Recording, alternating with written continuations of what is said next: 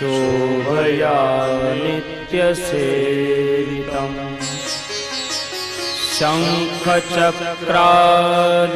शङ्खचक्रादिसंयुक्तम् घनश्यामं चतुर्भुजम् प्रभो नन्दकुमारो मे स्वामिनी वृषभानुजा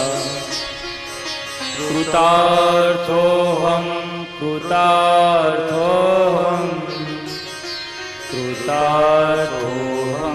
न संशय चिन्ता संतानहन्तारो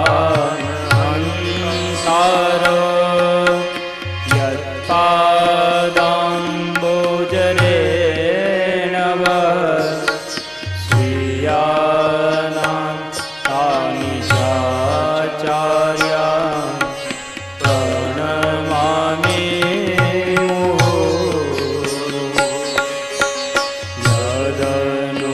यदनुग्रहतो जन्तु सर्वदुःखातिगो भवेत् तमहं सर्वदा वन्दे श्रीमद्वल्लभनन्दनम् अज्ञानतिमिरान्धस्य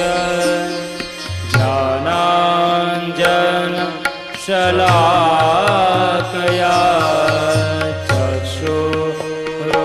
चक्षुरुन्मीलितं येन तस्मै श्रीगुरवे नमः। नमामि हृदये शेषे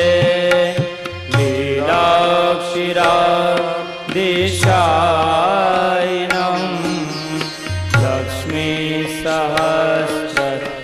लक्ष्मीसहस्रलीलाभिः सेव्यमानं कलानिधि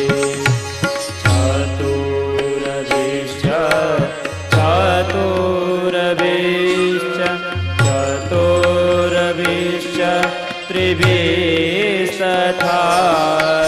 षड्भिः विराजते योऽसो पञ्चधारुदये मम पञ्चधारुदये मम पञ्चधारुदये मम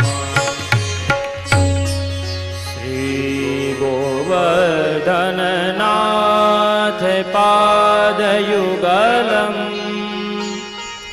हैयं गवीन प्रियम् नित्यं श्रीमथुराधिपं सुखकरम् श्रीविठ्ठलेशं मुदा श्रीमद्द्वारवतीश गोकुलपति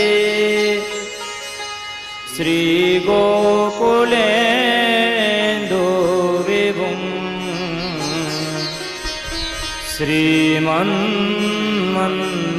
श्रीमन्मथमोहनं नटवरम् श्रीबालकृष्णं भजे श्रीमद्वल्लभविठ्ठलो गिरिधरम्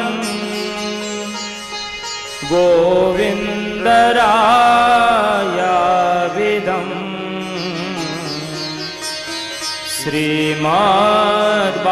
श्रीमद्बालकृष्ण गोकुलपति नाथं रघूणां तथा एवं श्रीयदुनायकं किल घन श्यामं च तद्वंशजा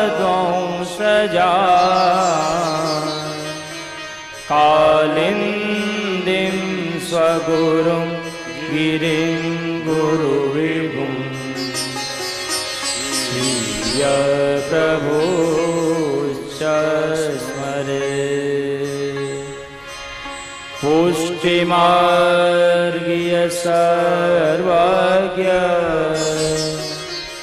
करुणारसपूरितः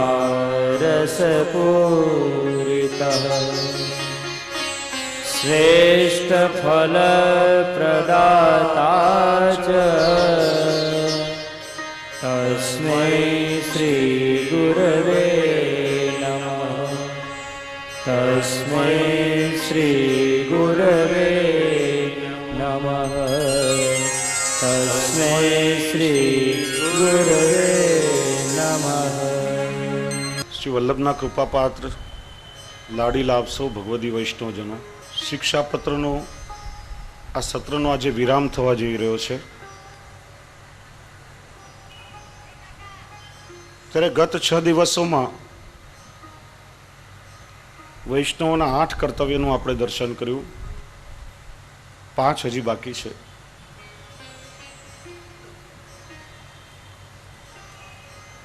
ગઈકાલે સત્સંગ પર ચર્ચા કરી રહ્યા હતા.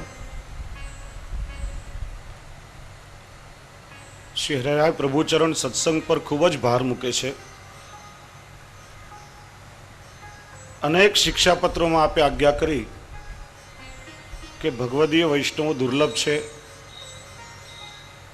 પ્રયત્નપૂર્વક ભગવદીય વૈષ્ણવનો સંગ કરો, સત્સંગ જીવનમાં નિત્ય કરો. એવા ભગવદીય વૈષ્ણવો ન મળે, શ્રી મહાપ્રભુજીના ગ્રંથોનું સેવન કરો. એ પણ દુર્લભ હોય તો કેવલ નામ સ્મરણ કરો, શ્રી વલ્લભકુલના શરણમાં જાઓ. કારણ કે આજના સમયમાં જેને આપણે કલિયુગ કહીએ છીએ, કાલનો પ્રવાહ તીવ્ર ગતિથી વહી રહ્યો છે.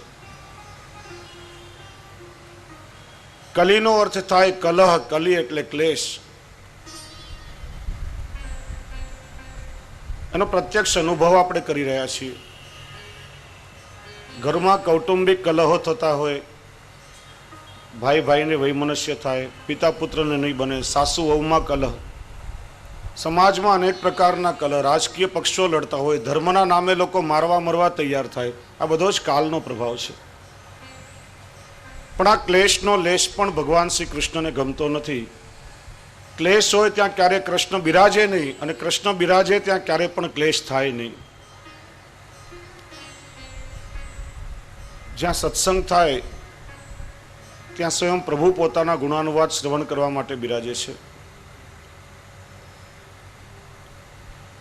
અને જ્યાં પ્રભુ બિરાજે ત્યાં ક્યારે પણ ક્લેશ થાય નહીં. અને આ કાલના પ્રવાહમાં વહેતા જીવોને પ્રભુ સુધી પહોંચાડવાનું કોઈ સાધન હોય તો એ માત્ર સત્સંગ છે. આપણે ચર્ચા કરતા હતા કે સત્સંગ આપણને સુંદર દ્રષ્ટિ આપે છે. જીવ અને જગત તરફ જોવાની દ્રષ્ટિમાં પરિવર્તન આવે છે અને સર્વત્ર ભગવદાનંદની અભિવ્યક્તિ થાય છે. ગ્રંથો કહે છે બ્રહ્મ કોને કહેવાય? સર્વમ ખલુ ઇદમ બ્રહ્મ, જે સર્વત્ર વ્યાપ્ત છે, કણ કણમાં વ્યાપ્ત છે બ્રહ્મ. છતાં પણ આપણને પ્રભુના દર્શન થતા નથી. કોઈ વસ્તુ આપણી આંખની સામે હોય, કોઈ દ્રશ્ય આંખની સન્મુખ હોય તો આંખથી ઓછામાં ઓછું દેખાવું તો જોઈએ જ. ગ્રંથો કહે છે કે ભગવાન સર્વત્ર છે અને છતાં પણ આપણને દર્શન થતા નથી. એનો અર્થ કે ભગવાન ક્યાંય નથી તો ગ્રંથ અસત્ય કહે છે. શાસ્ત્રો ક્યારે પણ અસત્ય ન કે ભગવાન સર્વત્ર હોવા છતાં પણ આપણને દર્શન થતા નથી. એના થોડા કારણો બતાવ્યા છે. આંખની સામે કોઈ દ્રશ્ય હોય, કોઈ વસ્તુ મૂકવામાં આવી હોય અને દ્રષ્ટિ અને દ્રશ્યની વચ્ચે એક પડદો કરી દેવામાં આવે તો એ પડદાની પહેલે બાજુનું દ્રશ્ય આપણે જોઈ શકતા નથી.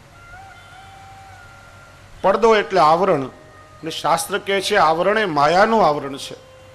ભગવાન સર્વત્ર હોવા છતાં પોતાના માયાના આવરણને લીધે કોઈને પણ દર્શન થતા નથી. સત્સંગમાં એ તાકાત છે કે માયાનું આવરણ ભેદીને પણ એ પ્રભુના દર્શન આપણને કરાવી શકે છે. સત્સંગથી જ પ્રભુની માયાને જીવ તરી શકે છે અને પ્રભુ સુધી પહોંચી શકે છે.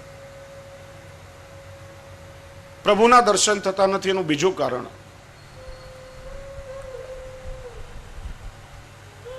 કહેવાય છે કે આંખની સૌથી નજીકમાં નજીકની દ્રશ્ય અને સૌથી દૂરનું દ્રશ્ય આપણે જોઈ શકતા નથી.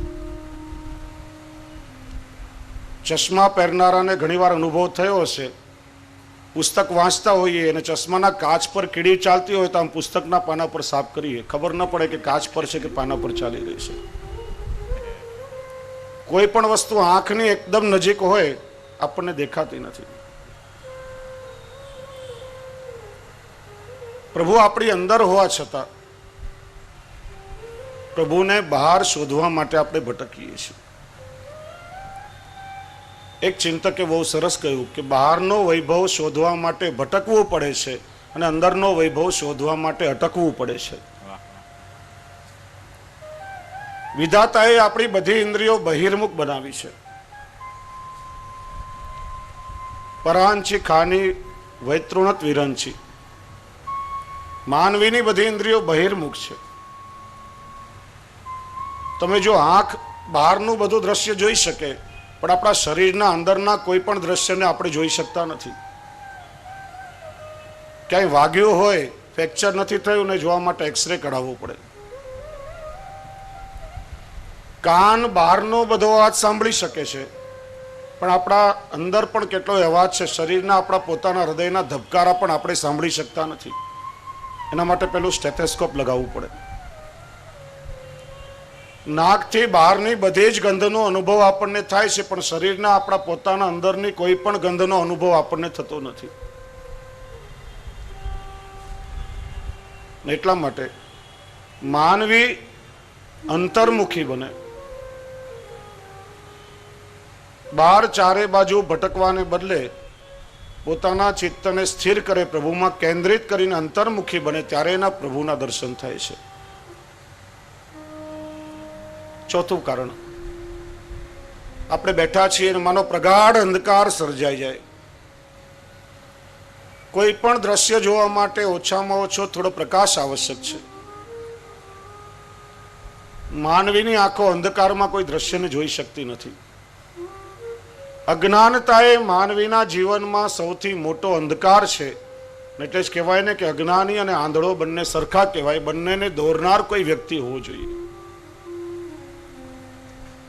સત્સંગ માનવીના જીવનમાં જ્ઞાનની જ્યોત પ્રગટાવે છે અને જ્ઞાનના પ્રકાશમાં પ્રભુના દર્શન કરાવે છે. પાંચમું કારણ, વસ્તુ આપણી આંખની સામે હોય ને આપણે એની તરફ પીઠ કરીને બેસી જઈએ તો આંખની સામેનું દ્રશ્ય દેખાય, પાછળનું દ્રશ્ય માણસ જોઈ શકતો નથી. તમારી આગળ કોણ બેઠું છે તમને ખબર પડે, તમારી પાછળ કોણ છે તે આપણે જોઈ શકતા નથી. આજે જીવ ઠાકોરજી તરફ પીઠ કરીને બેઠો છે, પ્રભુથી વિમુખ થયો છે અને એટલા માટે પ્રભુનો અનુભવ થતો નથી. સત્સંગ આપણને પ્રભુની સન્મુખ કરે છે અને જીવ જ્યારે ઠાકોરજીની સન્મુખ થાય ત્યારે જ એને પ્રભુનો અનુભવ થઈ શકે છે. અને એટલા માટે સત્સંગ એવું સાધન છે કે સર્વત્ર ભગવદાનંદની અભિવ્યક્તિ કરાવી શકે. અને એવી દ્રષ્ટિ જીવને જ્યારે પ્રાપ્ત થાય ત્યારે કોઈ પણ ક્રિયા, કોઈ પણ વસ્તુ, કોઈ પણ વ્યક્તિ પ્રત્યેકમાં આપણને પ્રભુની લીલાનો જ અનુભવ થાય છે. આજનો આધુનિક થોડો સંદર્ભ લઈએ તો ક્રિકેટની રમત, હમણાં જ 2 દિવસ પહેલા IPLની ક્રિકેટ મેચ પૂરી થઈ. ભાનુભાઈ વોરાએ બહુ સરસ વાત કરી. અત્યારે પણ આપણે IPL જ રમી રહ્યા છે. IPL એટલે ઈશ્વર પ્રત્યે લાગણી. સામાન્ય રીતે રમતના રૂપમાં ક્રિકેટને જોઈએ, દ્રષ્ટિ થોડી બદલો, એમાં પણ આપણને જીવનના કેટલાય રહસ્યો મળશે, આધ્યાત્મિકતાના દર્શન થશે. જગતના મેદાનમાં, સંસારની પીચ ઉપર આપણે સૌ જીવનનું ક્રિકેટ રમવા આવ્યા છીએ. બોલર, બેટ્સમેન, ફિલ્ડર, એમ્પાયર આ બધી વ્યવસ્થા હોય તો બોલર એટલે ભગવાનની માયા. બોલર 6 દડા ફેંકે છે. 6 દડા છે કામ, ક્રોધ, લોભ, મોહ, મદ અને મત્સર. દડો એટલે અવસર. આપણે જ્યારે બેટિંગ કરીએ ત્યારે હાથમાં બેટ સંયમનું હોવું જોઈએ. જીવનના પ્રત્યેક અવસરોને સંયમથી સાચવવાના છે. અને માણસનો સંયમ છૂટી જાય તો પાછળ 3 વિકેટ છે, વિવેક, ધૈર્ય અને આશ્રય ઉડી જાય, દાંડી ઉડીને ક્લીન બોલ થઈ જવાય. એના પર પેલી 2 બેલ્સ હોય એ આપણી અહંતા અને મમતા છે. પ્રત્યેક અવસરને સંયમથી સાચવવું પડે. પાછળ વિકેટ કીપર છે આપણો અહંકાર, એના હાથમાં કેચ ઝીલાય તો પણ આપણે આઉટ થઈ જઈએ. પ્રત્યેક અવસરને, પ્રત્યેક દડાને રમીને આપણે રન બનાવવાના. હવે સામે રનર છે આપણો જીવન સાથી છે, એની સાથે સમજૂતી કેળવવી પડે, સમજણ કેળવવી પડે. એમાં ગેરસમજ ઊભી થાય અને 1 વિકેટ ચાલી જાય તો માણસનું જીવન બગડી શકે. હવે જેમ ક્રિકેટમાં બધો પુરુષાર્થ રન બનાવવા માટે છે, એમ ભગવદીય વૈષ્ણવના જીવનનો પુરુષાર્થ ઠાકોરજીની કૃપાનું સંપાદન કરવા માટે છે. 1, 2 ને 3 રન મળે તો ભગવાનની સાધારણ કૃપા, 4 લાગી જાય તો ભગવાનની અસાધારણ કૃપા, અને માનો 6 લાગી ગઈ તો ભગવાનની મહદ કૃપા મળી ગઈ. 2 એમ્પાયરો ઊભા છે, સતત રમતનું નિરીક્ષણ કરે છે અને પોતાનો નિર્ણય આપે છે. આ એમ્પાયરો છે સંતો અને ગુરુજનો, જે જીવનમાં આપણી ક્રિયાઓનો દર્શન કરી અને પોતાનો નિર્ણય આપે છે. પણ ઘણી વખત પેલા 2 એમ્પાયરો અસમર્થ જણાય ત્યારે આજકાલ 3rd એમ્પાયરની વ્યવસ્થા છે કે જેનો નિર્ણય અંતિમ ગણાય. 3rd એમ્પાયર એટલે ઠાકોરજી પરમાત્મા પોતે, જેમનો નિર્ણય અંતિમ અને અફર ગણવામાં આવે છે. આપણે વિચારીએ કે ભગવાન એક્શન રિપ્લે કેવી રીતે જોતા હશે. તો વેદ કહે છે કે સૂર્ય ચંદ્ર એ ભગવાનની આંખો છે. એટલે કલ્પના કર્યા સૂર્ય ચંદ્ર અસંખ્ય તારાઓ છે, એ બધા ટીવી કેમેરા પ્રભુએ ગોઠવ્યા છે, જેનાથી સંસારની પ્રત્યેક ક્રિયાનું નિરીક્ષણ થાય છે.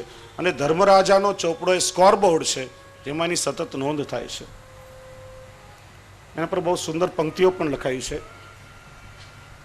ઘણી વખત ચર્ચા થઈ છે, અને માણસના જીવન સાથે કેટલી સંકળાયેલી છે. જગત મેદાન છે મોટું અને જીવન ક્રિકેટ છે. ઘણા છે રન હજુ બાકી ને છેલ્લી વિકેટ છે. કારણ કે આપણું જીવન પેલા 5 દિવસની લાંબી રમત હતી, પછી 50 ઓવરની વનડે, હવે તો 20 ઓવરમાં જ પતી જાય. એમ સતયુગમાં કહેવાય છે કે માણસ હજારો વર્ષ જીવતા, ધીરે ધીરે માણસની આયુષ્ય ઘટતી ગઈ. હવે તો 60 વર્ષ થાય, સમજવાનું ક્યારે ચિઠ્ઠી આવશે ખબર નથી. ઘણા છે રન હજુ બાકી ને છેલ્લી વિકેટ છે ખેલ જો જીવન તો રમજો ખેલ દિલીથી, કરે જો ભૂલ કોઈ સાથી તો સહેજો સ્નેહ દિલીથી. વિજય છે સત્યનો સમજી વિચરજો નેક દિલીથી, મનુષ્ય અવતાર મૃત્યુલોકથી છૂટવાનો ગેટ છે. જગત મેદાન છે મોટું ને જીવન ક્રિકેટ છે. શું કુબેરો શું સિકંદર, આઉટ થવાના એક દી, અને સમય આવે પીચ પરથી સૌ જવાના એક દી. આ પ્રાણનું પરબીડિયું થાશે રવાના એક દી, અણનમ ઊભો અહમથી એણે ગુમાવી વિકેટ છે. 10 વિકેટ જાય એટલે પેલો જે નોટ આઉટ ખેલાડીઓ એને પણ પેવેલિયનમાં જવું પડે. અણનમ ઊભો અહમથી એણે ગુમાવી વિકેટ છે. જગત મેદાન છે મોટું ને જીવન ક્રિકેટ છે.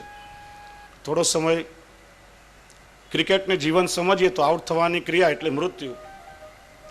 તો કે હિટ વિકેટ છે આપઘાત અને રનઆઉટ અકસ્માત છે. હિટ વિકેટ પોતાની જાતે જ વિકેટ પર પડી જાય, અને રનઆઉટ અકસ્માત છે. માણસ પોતાના ડેસ્ટિનેશનમાં ગંતવ્ય સ્થાનમાં પહોંચી ન શકે, વચ્ચે જ એક્સિડન્ટ, વચ્ચે જ ઉડી જાય. હિટ વિકેટ છે આપઘાત અને રનઆઉટ અકસ્માત છે. ખૂનને સ્ટમ્પિંગ સમજો, પાછળવાળો મારી નાખે, અને એટેક એલબીની લાત છે. બોલ્ડ થાય કે થાય કેચ મોતની સૌ જાત છે. જીવ છે દડો સાવ નાનો ને સામે કાળનું બેટ છે. જગત મેદાન છે મોટું ને જીવન ક્રિકેટ છે. થોડું પણ સારું રમી આઉટ થવામાં માલ છે. જેમ ક્રિકેટમાં કોઈ ખેલાડી પૂરી ઓવર રમ્યો હોય પણ ઓછા રન બનાવે તો કંઈ કામ લાગતું નથી. ઓછા દડામાં વધારે રન બનાવવો એ પુરુષાર્થ છે. એ માણસ કેટલો જીવ્યો એ મહત્વનું નથી, માણસ કેવું જીવ્યો એ મહત્વનું છે. ઘણા 80-90 વર્ષ જીવે પણ પોતે કેમ આવ્યા અને ક્યારે ગયા એને પોતાને ખબર ન હોય. ઘણા અલ્પ જીવનમાં પણ એવી સુગંધ પ્રસરાવતા જાય, અનંતકાળ સુધી લોકોને યાદ રાખે. પોતાના માટે જીવેનું મરણ થાય છે અને બીજાના માટે જીવેનું સ્મરણ થાય છે. થોડું પણ સારું રમી આઉટ થવામાં માલ છે, હારીને પણ જીતવું એ જવા મર્દની ચાલ છે. કોણ સ્વજન અને કોણ શત્રુ સૌના રુધિર લાલ છે. જે લાયન થઈને જીવન જીવ્યો, હંમેશા સિંહની જેમ બરાડા પાડતો હોય, લાયન થઈને જીવન જીવ્યો પણ એ કાળની સામે કેટ છે, બિલાડી જેવો થઈને ચાલ્યો જાય. જગત મેદાન છે મોટું ને જીવન ક્રિકેટ છે. વેલ પ્લેડ હોય શરૂઆત રમતની પણ અંત તો હાવ ઇઝ ધેટ છે. સનરાઈઝ હોય ભલે સવાર પણ સાંજ તો સનસેટ છે. કાળ છે દડો વજ્રનો અને માટીની હેલ્મેટ છે. લાખ ઉધામાં કર્યા જીવડો પણ સૌની નક્કી ડેટ છે. જગત મેદાન છે મોટું ને જીવન ક્રિકેટ છે. ને છેલ્લી પંક્તિ બહુ સરસ છે. ઈશ્વર હોય એમ્પાયર જ્યાં, મારું તારું ભૂલીશ તો. ખુલજે સૌને સુવાસ દેવા, ખરા અર્થમાં ખુલીશ તો. રહી વફાદાર જીવન રમતને, જીવતરના ઝૂલે ઝૂલીશ તો. એ એમ્પાયર પણ કહી ઉઠશે કે વાહ કેવું સરસ ક્રિકેટ છે. જગત મેદાન છે મોટું ને જીવન ક્રિકેટ છે.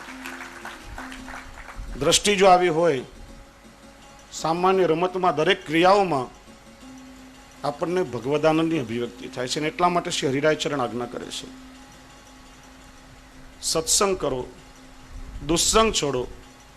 કારણ કે જે ઠાકોરજીથી વિમુખ થયેલા છે એમનો સંગ કરશો તો એમનો સંગ તમારે માટે પણ ભગવદ વિમુક્તાનું કારણ બનશે. અને એટલા માટે ભગવદીઓ ગાય છે કે તજમન હરિ વિમુખન કો સંગ. ત્યજમન હરિ વિમુખન કો સંગ. ત્યજમન હરિ વિમુખન કો સંગ. ત્યજમન હરિ વિમુખન કો સંગ.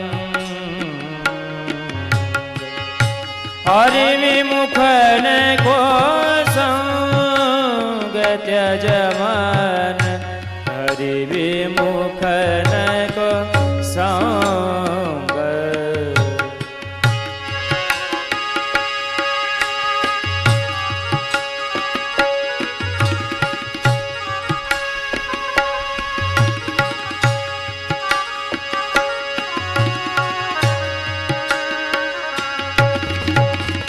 जाके संग है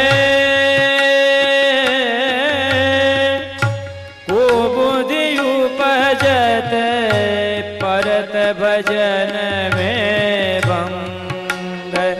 त्यजमन जाके संग में कुमति उपजत, परत भजन में भंग.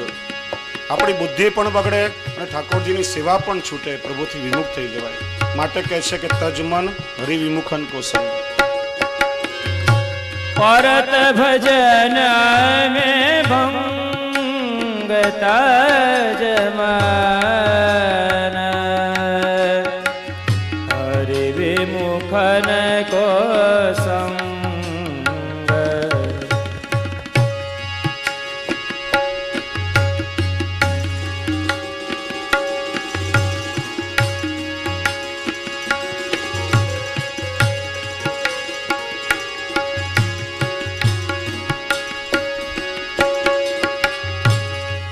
को कहाँ यरग जाले पन मरकट भूषणया.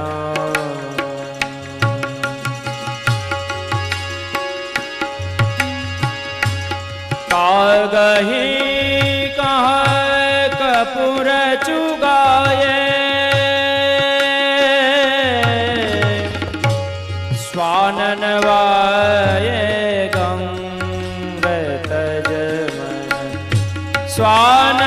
ગાવત ગૌંગ તજમન વિમુખ ન કુસંગ.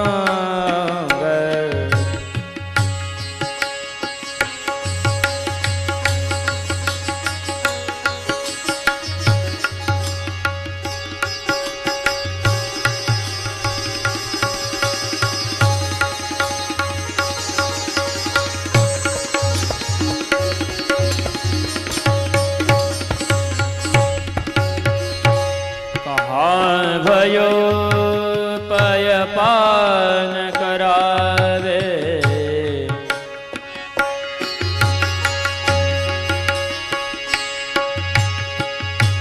કહા ભયો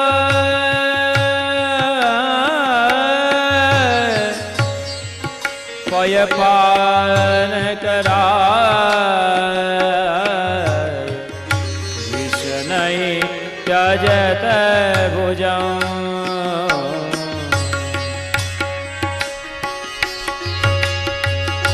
કા ભયો પય પાન કરાવે વિષ્ણ તજત ભુજંગ. સર્પને જેટલું વિષ પીવડાવીએ છતાં પણ એ ડંખ જ મારે છે અને દૂધનું વિષ જ બનાવે છે. એટલા માટે દુસ્સંગી માણસ હોય એમનો સંગ કરવાથી આપણને પણ કેવલ દુસ્સંગ જ મળે છે. માટે એવા દુસ્સંગીઓનો સંગ તજવો જોઈએ. सूरदास प्रभु कार्य कामर पर, सूरदास प्रभु सूरदास प्रभु कार्य कामर पर, चढ़तन दो जो रंग त्यजमन चढ़तन दो जो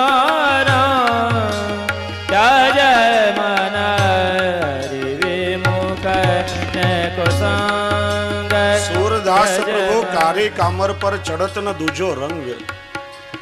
કાળા રંગ ઉપર બીજો કોઈ પણ રંગ ક્યારેય ચડતો નથી. જેના હૃદયમાં શ્યામ સુંદર વસી ગયો હોય, જેનું સર્વસ્વ શ્યામ સુંદર હોય, શ્યામ સ્વરૂપમાં જેની એકવાર આસક્તિ થઈ ગઈ, એના પછી એના ઉપર આ દુનિયાનો કોઈ પણ બીજો રંગ ક્યારે પણ ચડી શકતો નથી. એટલા માટે શ્રી હરિરાયચરણ આજ્ઞા કરે છે, દુસ્સંગ છોડો, ભગવદીઓનો સત્સંગ કરો. ભગવદીઓના લક્ષણનું દર્શન કરાવ્યું અને વૈષ્ણવનું 10મું કર્તવ્ય શ્રી હરિરાયચરણ સમજાવે છે. લૌકિક ફળની આશાઓ છોડી નિત્ય પ્રભુના દર્શનની કામના વૈષ્ણવોએ કરવી. લૌકિક ફળો બધા તુચ્છ છે, પણ પ્રભુના દર્શનની નિરંતર કામના કરવી. જેમ વ્રજભક્તો નિત્ય સિદ્ધ હતા, પ્રભુના નિત્ય દર્શન પોતાના ઘરમાં પણ સહજ સુલભ હતા, છતાં પણ એ નંદાલયમાં આવે છે. વિવિધ પ્રકારના મિસથી ત્યાં નંદાલયમાં યશોદાજી પાસે ઠાકોરજીની સેવા માગે છે. કોઈ વસ્ત્ર ધોવે છે, કોઈ સોહની કરે છે, કોઈ મંદિર વસ્ત્ર કરે છે, કોઈ સખી યશોદાજીને ત્યાં દધિમંથન કરી રહી છે. સૂર્યાસ્ત થયા પછી અંધારું થાય, દીવો પ્રગટાવે છે. દીવો પ્રગટાવીને અવારનવાર હવાથી એને ઠારી નાખે છે, પુનઃ પુનઃ એને પ્રગટાવવાનો પ્રયત્ન કરે છે કે વધારે ને વધારે સમય નંદાલયમાં રહેવા મળે અને અપલક ઠાકોરજીના દર્શન થાય. ગોપીઓ વિધાતાને ઠપકો આપે છે કે અરે વિધાતા, નેત્ર ઉપર આ પાપણ શા માટે બનાવી? કારણ કે ઠાકોરજીના દર્શન કરવામાં પલક બંધ થાય છે અને દર્શનમાં વ્યવધાન ઉત્પન્ન થાય છે, અને મેં અપલક મારા પ્રભુના દર્શન થાય. નિત્ય હરિદર્શન લાલસા. શ્રી મહાપ્રભુજીએ 4 પુરુષાર્થો બતાવ્યા: ધર્મ, અર્થ, કામ અને મોક્ષ. રાણા વ્યાસ જે આપઘાત કરવા માટે ગયા હતા, અને શ્રી મહાપ્રભુજીએ ચતુશ્લોકી ગ્રંથ ભણાવ્યો અને 4 પુષ્ટિ માર્ગીય પુરુષાર્થોનું દર્શન કરાવ્યું. ધર્મ એટલે કર્તવ્ય. લૌકિક ધર્મ જુદો, પણ અહીંયા અલૌકિક ધર્મ સર્વદા સર્વભાવે ન ભજનીયો વ્રજાદીપ. પુષ્ટિ પુરુષોત્તમ પ્રભુની સેવા એ જ આપણું પુષ્ટિ જીવોનું અનિવાર્ય કર્તવ્ય છે. અર્થ એટલે સંપત્તિ. લૌકિક સંપત્તિ કમાવા માટે સવારથી સાંજ સુધી આપણે કેટલી વેટ કરીએ છીએ, કેટલો પરિશ્રમ કરીએ છીએ, આખા દિવસમાં કેટલો પસીનો પાડીએ છીએ, છતાં પણ માનવીને સંતોષ નથી. જ્યારે આ પુષ્ટિ માર્ગમાં તો અર્થો હરિ રે વહી. અર્થ એટલે ધન, આપણી સંપત્તિ જ આપણા પ્રભુ છે. હમારો ધન હે શ્યામ ઘન માધો. પુષ્ટિ જીવોનું સાચું ધન આપણા ઘરમાં બિરાજતું આપણું સેવ્ય સ્વરૂપ અને આપણા હૃદયમાં રહેલો ભગવત ભાવ છે. અને ખર્ચતા પણ ખૂટે નહીં એવી આ દિવ્ય સંપદા છે. જે વૈષ્ણવના ઘરમાં ઠાકોરજીની સેવા બિરાજે છે અને જેના હૃદયમાં હરિગુરુ વૈષ્ણવ પ્રત્યે ભગવત ભાવ રહેલો છે, એ કદાચ ઝૂંપડામાં રહેતો હશે તો પણ એના જેવો અમીર આ જગતમાં બીજો કોઈ નથી. અને કદાચ વૈભવશાળી મહેલમાં બંગલાઓમાં રહેતો હશે પણ એના ઘરમાં પ્રભુની સેવા બિરાજતી નથી ને હૃદયમાં ભગવત ભાવ નથી, તો એના જેવો કંગાલ આ જગતમાં બીજો કોઈ નથી. એટલા માટે તો પ્રભુને નિધિ કહેવામાં આવે છે. પુષ્ટિ જીવોનું સર્વસ્વ, આપણું અર્થ, આપણું ધન, આપણા નિધિ આપણા પ્રભુ છે અને આપણો ભગવત ભાવ છે. એટલા માટે શ્રી હરિરાયચરણ આજ્ઞા કરે છે કે ખૂબ જ જતન કરીને ભગવત ભાવનું રક્ષણ કરજો. ભાવ બગડશે તો પ્રભુથી વિમુક્તા આવશે. સત્સંગથી ભાવનું પોષણ થશે અને આપણો ભાવ દ્રઢ થશે તો ઠાકોરજીનો દ્રઢ આશ્રય સિદ્ધ થશે. લૌકિક કામનાઓ જુદી, અનેક પ્રકારની કામનાઓ જીવાત્મામાં હોય. કામનાઓ ક્રોધનું કારણ બને. ગઈકાલે આપણે દર્શન કર્યું, ક્રોધથી માણસ વિવેક ચૂકે, બુદ્ધિ બગડે અને એનો સર્વનાશ થાય છે. ક્રોધ ભયંકર વસ્તુ છે. માણસની પ્રત્યેક લૌકિક કામનાઓ, ઈચ્છાઓ પૂરી થતી નથી. એટલા માટે પુષ્ટિ જીવોનું તો એક માત્ર કામ છે, કામ હરિ દિદુક શૈવ, નિત્ય હરિદર્શન લાલસા. અને પુષ્ટિ માર્ગીય મોક્ષ એટલે પ્રભુના જ બની જવું. જ્ઞાન માર્ગમાં મોક્ષ પ્રાપ્તિ માટે બધા સાધનો કરવામાં આવે છે. ચતુર્વિધ મોક્ષ. પણ એ જ્ઞાન માર્ગીય મોક્ષ ક્યારે મળે? શરીરમાંથી પ્રાણ નીકળી જાય અને કેવલ આત્માથી જ ભગવાનની અનુભૂતિ થાય, એનું નામ મોક્ષ. જ્યારે પુષ્ટિ માર્ગીય મોક્ષ ખૂબ જ વિલક્ષણ છે. પુષ્ટિ જીવો પ્રભુને પોતાના ઘરમાં સેવ્ય સ્વરૂપે પધરાવે છે અને પ્રભુની સેવા કરતા કરતા સર્વ ઇન્દ્રિયોથી પ્રભુને અનુભૂતિ કરી શકે છે. પ્રભુ સન્મુખ બિરાજતા હોય ત્યારે આંખથી પ્રભુના દર્શન કરી શકાય, વાણીથી કર્ણથી પ્રભુના ગુણાનુવાદના કથા શ્રવણ કરી શકાય, હાથથી પ્રભુના દર્શન કરી શકીએ, પગથી પ્રભુની સેવાર્થી ક્યાંય જઈ શકીએ. સર્વ ઇન્દ્રિયોથી બ્રહ્મની અનુભૂતિ એ જ પુષ્ટિ માર્ગીય મોક્ષ છે. જ્ઞાન માર્ગમાં શરીર છૂટી ગયા પછી મોક્ષની કામના છે. પણ શ્રી મહાપ્રભુજી આપણા પર કેટલી કૃપા કરી છે કે જીવતા જીવ આપણને આ શરીર સાથે અલૌકિક મોક્ષનું દાન કર્યું છે અને સર્વ ઇન્દ્રિયોથી પ્રભુની અનુભૂતિ આપણે કરી શકીએ છીએ. એટલા માટે શ્રી હરિરાયચરણ આજ્ઞા કરે છે કે લૌકિક ફળની અપેક્ષાઓ બધી છોડી દો. લૌકિક ફળો બધા નાશવંત છે, ક્ષણિક છે. આજે આપણને સુખરૂપ દેખાતા હોય પણ ક્યારે ને ક્યારે પાછા એ દુઃખનું કારણ અવશ્ય બને છે.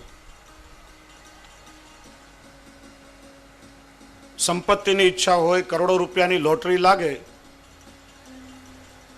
માણસ પ્રસન્ન થાય, પણ એ જ ધન જ્યારે લૂંટાઈ જાય ત્યારે પાછું દુઃખનું કારણ બને છે. કાર જોઈતી હોય, ગમતી હોય, આપણે એને ખરીદીએ ત્યારે પ્રસન્નતા થાય છે, પણ એ કારનો એક્સિડન્ટ થઈ જાય ત્યારે પાછું દુઃખનું કારણ બને છે. લૌકિક કામનાઓ આજે ભલે સુખરૂપ લાગતી હોય પણ ભવિષ્યમાં ક્યારે ને ક્યારે એ લૌકિક પાછું માનવીને દુઃખરૂપ જ બનતું હોય છે. અને એટલા માટે શ્રી હરિરાયચરણ આજ્ઞા કરે છે કે લૌકિક કામનાઓ બધી છોડી દો.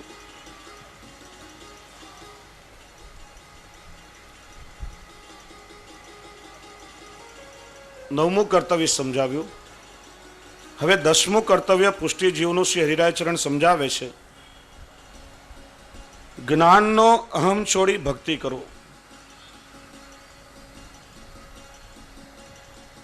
આપણે પહેલા ચર્ચા કરી, અહમ એટલે કે મદ એ ભક્તિ માર્ગમાં કેટલો બાધક છે. અહીં શ્રી હરિરાયચરણ આજ્ઞા કરે છે કે જ્ઞાનનો મદ, કદાચ બધા ગ્રંથોનું અધ્યયન કરી લીધું હોય, સિદ્ધાંતો હૃદયારૂઢ થઈ ગયા હોય, પરમ જ્ઞાનીની સર્વોચ્ચ અવસ્થા પર તમે પહોંચ્યા હો, છતાંય જ્ઞાનનો જ્યારે અહમ થઈ જાય છે, તેવા જ્ઞાન દ્વારા પણ ઠાકોરજી પ્રસન્ન થતા નથી. એટલા માટે જ કહ્યું, અગ્ને જ્ઞાનાય શાસ્ત્રજ્ઞે દંભ દર્પ નિવૃત્તય બ્રહ્મજ્ઞે મુક્તે મુક્તે ભક્તિ અર્થમ ભક્તિ રિષ્યતે. અજ્ઞાની માણસ હોય એને જે વિષયનું, જે શાસ્ત્રનું જ્ઞાન પ્રાપ્ત કરવું હોય, એના પ્રત્યે શ્રદ્ધા હોય, ભક્તિ હોય, તો એનું અજ્ઞાન દૂર થાય, જ્ઞાન મેળવી શકે. જ્ઞાન મેળવ્યા પછી ભક્તિની જરૂર છે કે નહીં?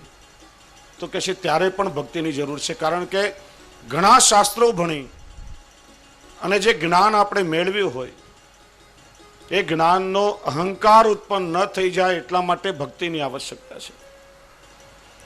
ભક્તિ હશે તો જ્ઞાન દ્વારા વિવેક પ્રગટ થશે અને એવું જ્ઞાન માણસના જીવનમાં એને વિકાસના માર્ગે લઈ જશે. અને ભક્તિનું અવલંબન નહીં હોય. શ્રી મહાપ્રભુજી સમજાવે છે, કેવલ જ્ઞાન નિરસ છે, કેવલ કર્મ કઠોર છે, ભક્તિ સરસ અને કોમલ છે. ત્રણ માર્ગો બતાવ્યા, જ્ઞાન માર્ગ, કર્મ માર્ગ અને ભક્તિ માર્ગ. જ્ઞાન માર્ગ અને કર્મ માર્ગ પર ચાલનારા જીવોએ ભક્તિનું અવલંબન તો રાખવું જ પડે છે. કારણ કે જ્ઞાની માણસને જો ભક્તિનું અવલંબન નહીં હોય તો એ જ્ઞાનથી અહંકાર ઉત્પન્ન થશે અને એને વિનાશના માર્ગે લઈ જશે. તમે આજે જો સાયન્સ અને ટેકનોલોજી કેટલા બધા ડેવલપ થયા. વિજ્ઞાનનું એક પાસું છે, માણસના સુખ સગવડતાના કેટલાય સાધનો આજે વિજ્ઞાને બનાવ્યા છે. અને વિજ્ઞાનનું બીજું પાસું છે atom bomb, neutron bomb, missile, hydrogen bomb. આખા વિશ્વને વિનાશના તરફ પણ લઈ જઈ રહ્યું છે.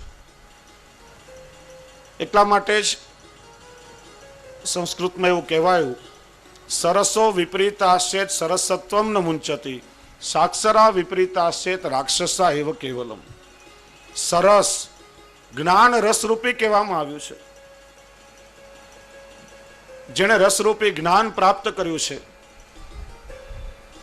ખરો જે જ્ઞાની છે, એ સરસને આપણે ઊંધેથી વાંચીએ તો પણ સરસ જ થાય, એમાં ક્યારેય પરિવર્તન આવતું નથી, માણસ વિચલિત થતો નથી.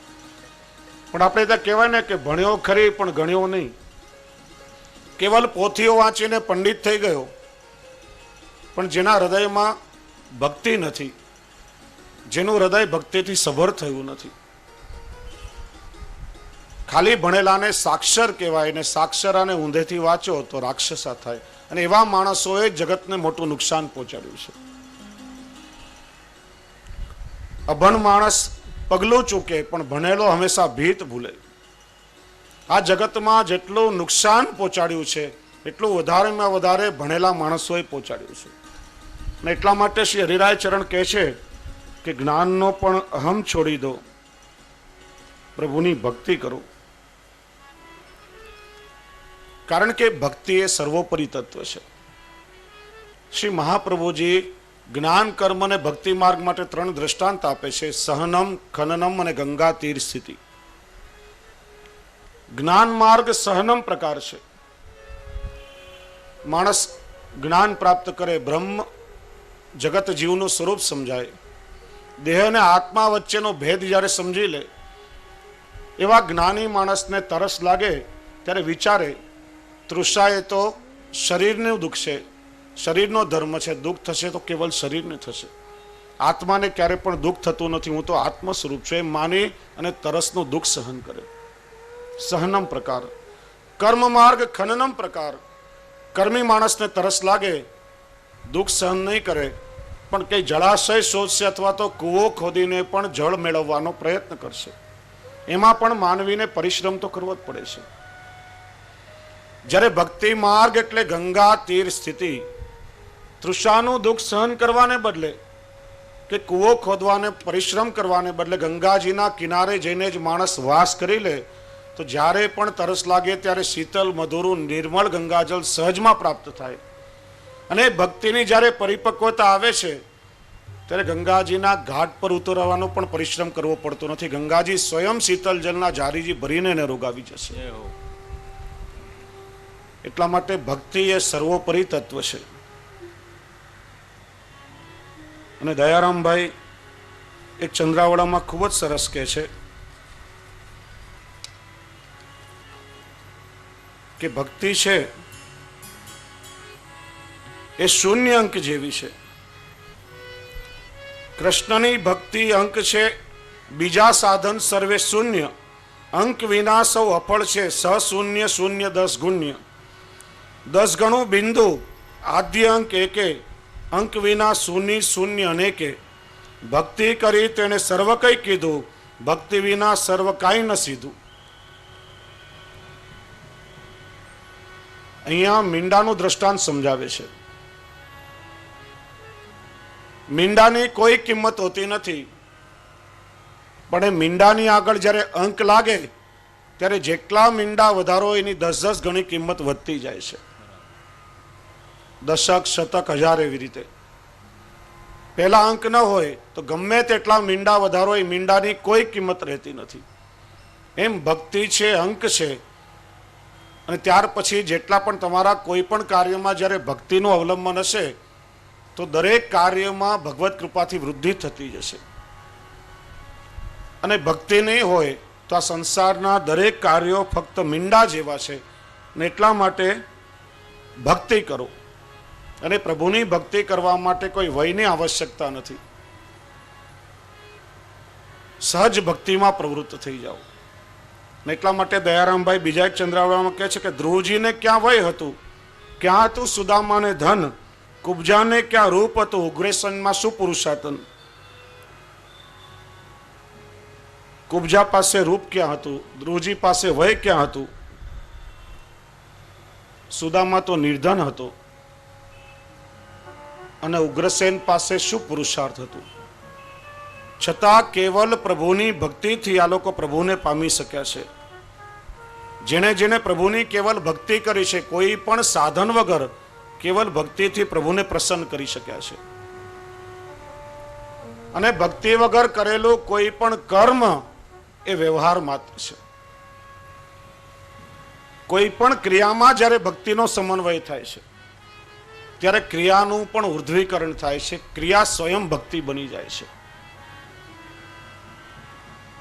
આપણે પોતાના રહેવા માટે એક મકાન બનાવીએ, એને હાઉસ કો, બંગલો કે આપણે કહેશું, વિલા કહેશું, પણ એ મકાનમાં જ્યારે પ્રભુની પ્રતિષ્ઠા થઈ જાય ત્યારે મકાન મંદિર બની જાય છે. મકાનમાં ભક્તિ ભળે તો મકાન મંદિર બને. પોતાના ખાવા માટે આપણે રાંધીએ તો અન્ન કહેવાય, રસોઈ કહેવાય, પણ અન્નમાં ભક્તિ ભળે ને પ્રભુને ધરીને લેવા માટે પ્રભુને ધરીને લેવામાં આવે, અન્ન પ્રસાદ બની જાય છે. મોજ શોખ માટે સાંભળીએ તો સંગીત કહેવાય, પણ સંગીતમાં ભક્તિ ભળે ને પ્રભુની પ્રસન્નતા માટે સંગીત હોય, કીર્તન બની જાય છે. પોતાના આનંદ માટે કંઈ ફરવા જઈએ તો પ્રવાસ કહેવાય, પણ પ્રવાસમાં ભક્તિ ભળે ને કોઈ ભગવત કાર્ય માટે જઈએ તો પ્રવાસ યાત્રા બની જાય છે. એટલા માટે ભક્તિ વગરની દરેક કૃતિઓ અધૂરી છે. અને દયારામભાઈ એને બહુ સુંદર રીતે વિસ્તારથી સમજાવે છે કે ભક્તિ વિના કેવલ કૃતિ કરે તેને ફળ પરલોકે ન થાય. મણિધર પવન ભક્ષી રહે, જુઓ મત્સ્ય તીર્થ જલ નાય. મીન તીર્થ ભીલ મૃગ વનવાસી, અંધગ્રહે દંડ કાસદ જાય કાશી. સર્પ દંડવત નટ સિદ્ધ, વેશ દરસ તપોધન ભાવના લેશ. ઘણા બધા દ્રષ્ટાંતો દયારામભાઈ અહીં આપ્યા છે. મણિધર એટલે નાગ કે અજગર ભૂખ્યો રહે છે, વાયુ ભક્ષી કહેવાય છે. એક જ જગ્યા પર પડ્યો રહે છે, ક્યાંય ખોરાક ગોતવા જતો નથી. જે સામે ચાલીને આવે એનું જ ભક્ષણ કરે છે. ખાલી વાયુનું ભક્ષણ કરીને જીવે, છતાં પણ એને ઉપવાસ કરવાનું ફળ મળતું નથી. ગંગાજીમાં માછલાઓ 24 કલાક હોય છે, છતાં પણ એ માછલાઓને ગંગા સ્નાનનું ફળ મળતું નથી. ભીલ લોકો વનવાસી હોય, જંગલમાં રહીને જ પોતાનું જીવન વિતાવતા હોય, છતાં પણ એમને ઘર છોડીને વનવાસ કરવાનું ફળ મળતું નથી. આંધળો માણસ હોય લાકડીના ટેકે ટેકે ચાલે છે, છતાં પણ એને દંડ ગ્રહણ કરવાનું ફળ મળતું નથી.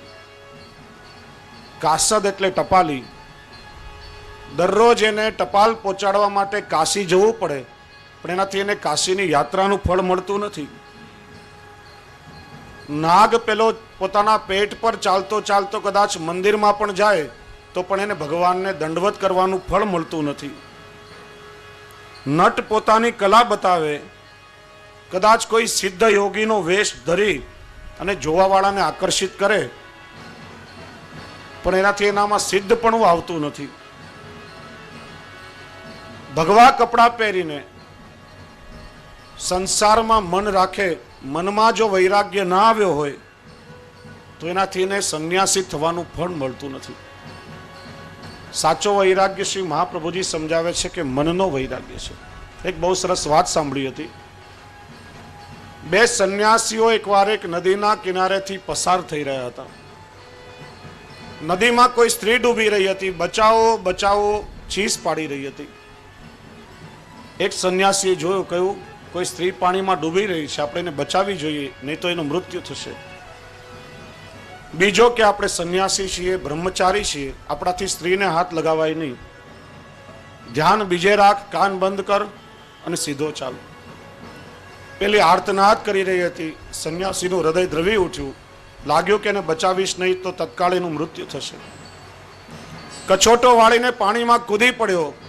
પેલી પાણીમાં ડૂબી રહેલી સ્ત્રીને બચાવીને બહાર લાવ્યો, કંધા પર ઉપાડી પાણીમાંથી બહાર કાઢી બહાર મૂકી એના પ્રાણ બચાવ્યા. બીજો સંન્યાસી કે આ તે શું કર્યું? એક તો સ્ત્રી વળી પાછી પાણીમાં પલળેલી, તારા કંધા પર ઉપાડી, તારું બ્રહ્મચર્ય તૂટી ગયું, તારું સંન્યાસ ખંડિત થઈ ગયું, તારો ધર્મ ભ્રષ્ટ થઈ ગયો. પેલો સમજાવે છે કે ભાઈ મેં તો મારો ધર્મ નિભાવ્યો છે, મેં તો એને ફક્ત બચાવી છે, મારા હૃદયમાં કોઈ વિકાર નથી. પણ પેલો સંન્યાસી પોતાની લપ મૂકે નહીં. કલાક થયા, 2 કલાક થયા, સ્ત્રી વળી પાછી પાણીમાં ભીંજાયેલી તારા કંધા પર ઉપાડી, તારો સંન્યાસ ભંગ થઈ ગયો, તારો ધર્મ ભ્રષ્ટ થઈ ગયો. ત્યારે છેવટે પેલા સંન્યાસીએ કહ્યું કે મેં ભીંજાયેલી સ્ત્રીને મારા કંધા પર ઉપાડીને ક્યારની પણ મૂકી દીધી છે, પણ તે 2 કલાકથી તારા મનમાં ઉપાડી રાખી છે ને હજી સુધી મૂકતો નથી. ધર્મ મારો નહીં, તારો ભ્રષ્ટ થઈ ગયો. જય હો. માટે ક્રિયા જ્યારે મનથી કરીએ ત્યારે ફળ મળે. સંન્યાસ પણ મનથી જ્યારે ધારણ કરે, સંસારમાં રહીને પણ મન પ્રભુમાં પરોવે તો એને સંન્યાસનું ફળ મળે. પણ સંન્યાસી થઈને મન જો લૌકિકમાં આસક્ત રહે તો એને સંન્યાસીનું ફળ મળતું નથી, એમ દયારામભાઈ કહે છે. બ્રાહ્મણો પણ શ્રી મહાપ્રભુજી આજ્ઞા કરે છે, લાભ પૂજાર્થ યત્ને શું. આ કલિયુગમાં મોટો દોષ બતાવ્યો છે કે ઠાકોરજીની સેવા પણ કેવલ પોતાના ઉદર પોષણ માટે, પેટ ભરવા માટે થતી હશે.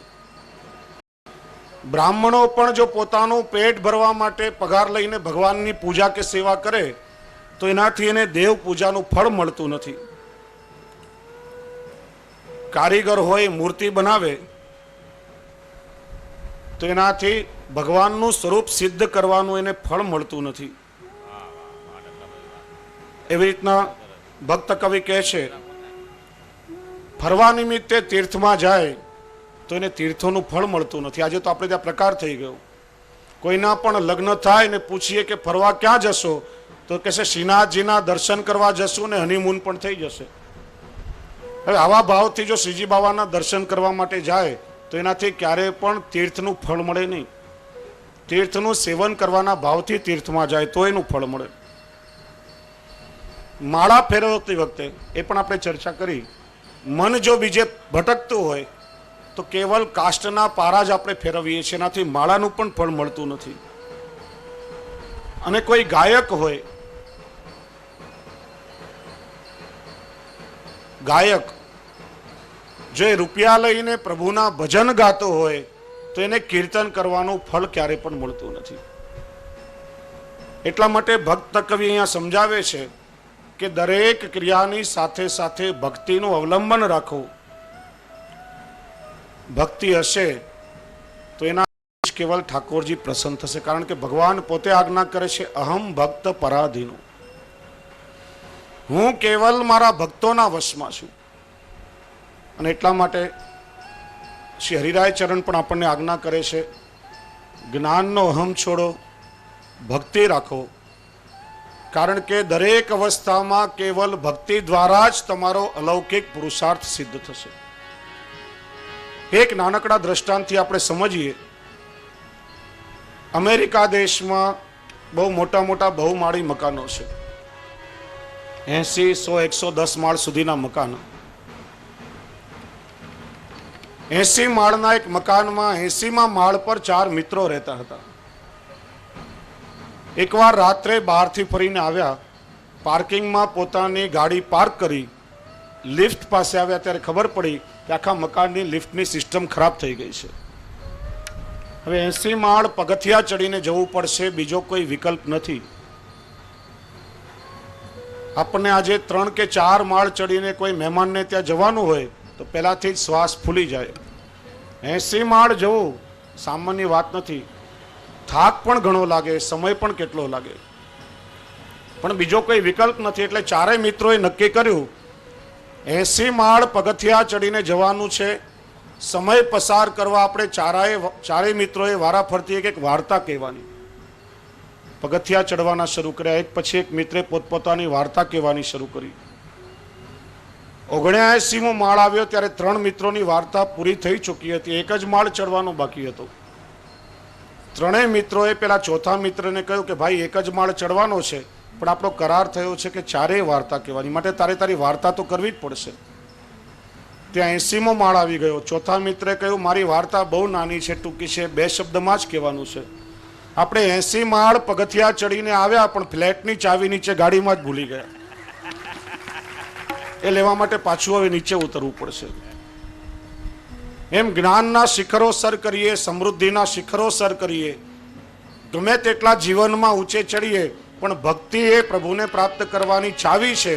અને એ ચાવી જો આપણી પાસે નહીં હોય તો ક્યારે પણ પ્રભુ સુધી પહોંચી શકાશે નહીં. એટલા માટે શ્રી હરિરાય ચરણ આજ્ઞા કરે છે, ભક્તિનું અવલંબન રાખો, જ્ઞાનનો હમ તમે છોડી દો. અને વૈષ્ણવોના 11મા કર્તવ્ય વિશે શ્રી હરિરાય પ્રભુચરણ હવે આપણને સમજાવે છે. નાશ્રિતો વલ્લભાધીશો ન ચ દ્રષ્ટા સુબોધિની નારાધી રાધિકા નાથો વૃથા તજન્મ ભૂતલે. શ્રી વલ્લભના અને શ્રી ઠાકોરજીના ચરણારવિંદનો દ્રઢ અનન્ય આશ્રય કરો. આશ્રય એટલે પ્રભુની અનન્ય શરણાગતિ. જ્યાં સુધી જીવ પ્રભુના શરણમાં જતો નથી ત્યાં સુધી એ જીવની પાત્રતા થતી નથી, એ જીવનો ઉદ્ધાર શક્ય નથી. વૈષ્ણવો, એટલા માટે પુષ્ટિ માર્ગમાં બ્રહ્મ સંબંધ, ઠાકોરજીની અનન્ય શરણાગતિ એ સૌથી પહેલું પગથિયું છે. જીવ જ્યારે પ્રભુના શરણમાં આવે છે, પોતાનું સર્વસ્વ પ્રભુને સમર્પિત કરી દે છે. સર્વની સાથે સ્વ એટલે આપણી અહંતા અને મમતા પ્રભુને સમર્પણ થઈ જાય છે. ત્યારે જીવની પાત્રતા નિર્મિત થાય છે અને ત્યારે જીવ પ્રભુની કૃપાનો પાત્ર બને છે અને ત્યારે કૃપાનો અનુભવ થાય છે. પૂર્વમાં આપણે ચર્ચા કરી, કુરુક્ષેત્રના મેદાનમાં પોતાના સ્વજનોને જોઈ અર્જુનના ગાત્રો ઢીલા પડી ગયા, હાથમાંથી ગાંડીવ ધનુષ્ય સરકી ગયું, શિથિલ થઈ નિશ્ચેતન થઈને રથમાં બેસી પડ્યો. ભગવાનના યુદ્ધ મારાથી થઈ શકે નહીં, પોતાના સ્વજનો પર અસ્ત્ર કઈ રીતે ઉપાડું?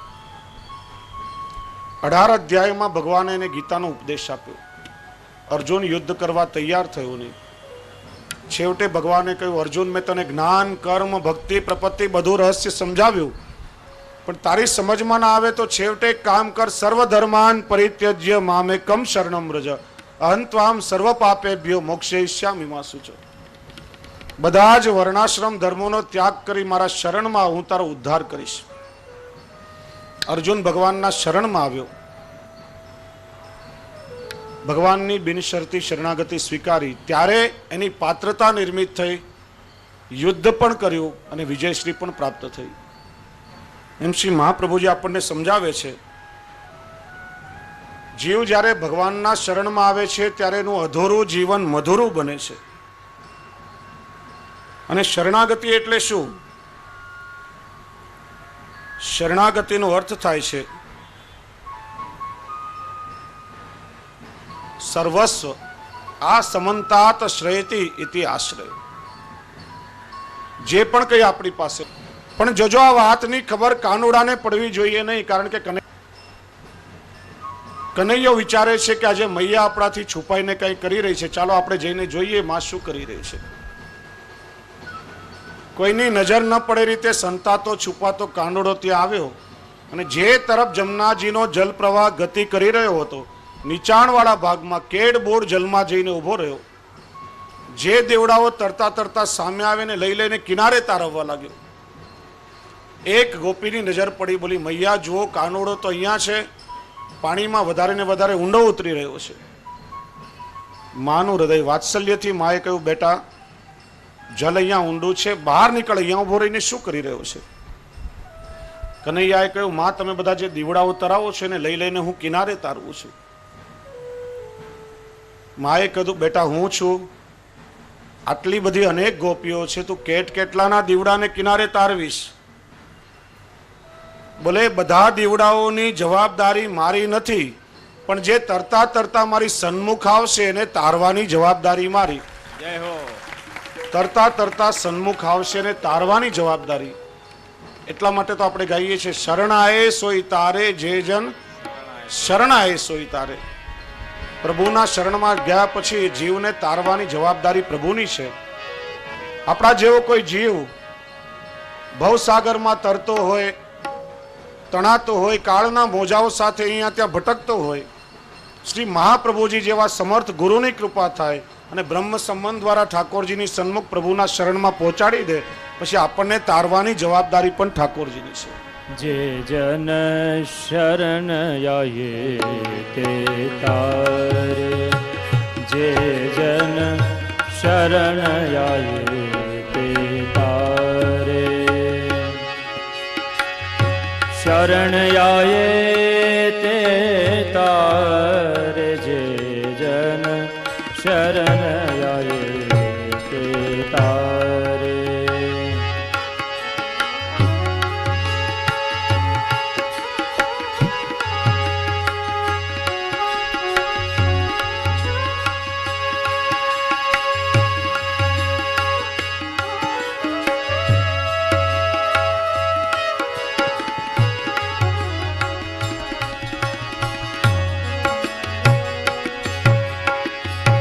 दीन दयाल प्रगटे पुरुषोत्तम, श्री विठ्ठल नाथ ललारे, श्री विठ्ठल नाथ ललारे. जे जन शरण आये ते तारे, जे जन शरण आये ते तारे.